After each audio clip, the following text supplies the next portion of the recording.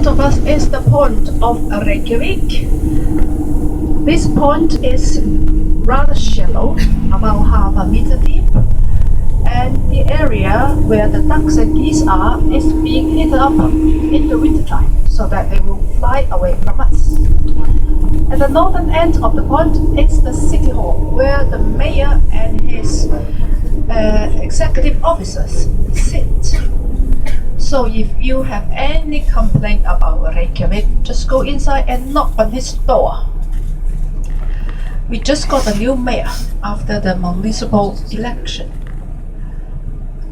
So they are getting the committee formed together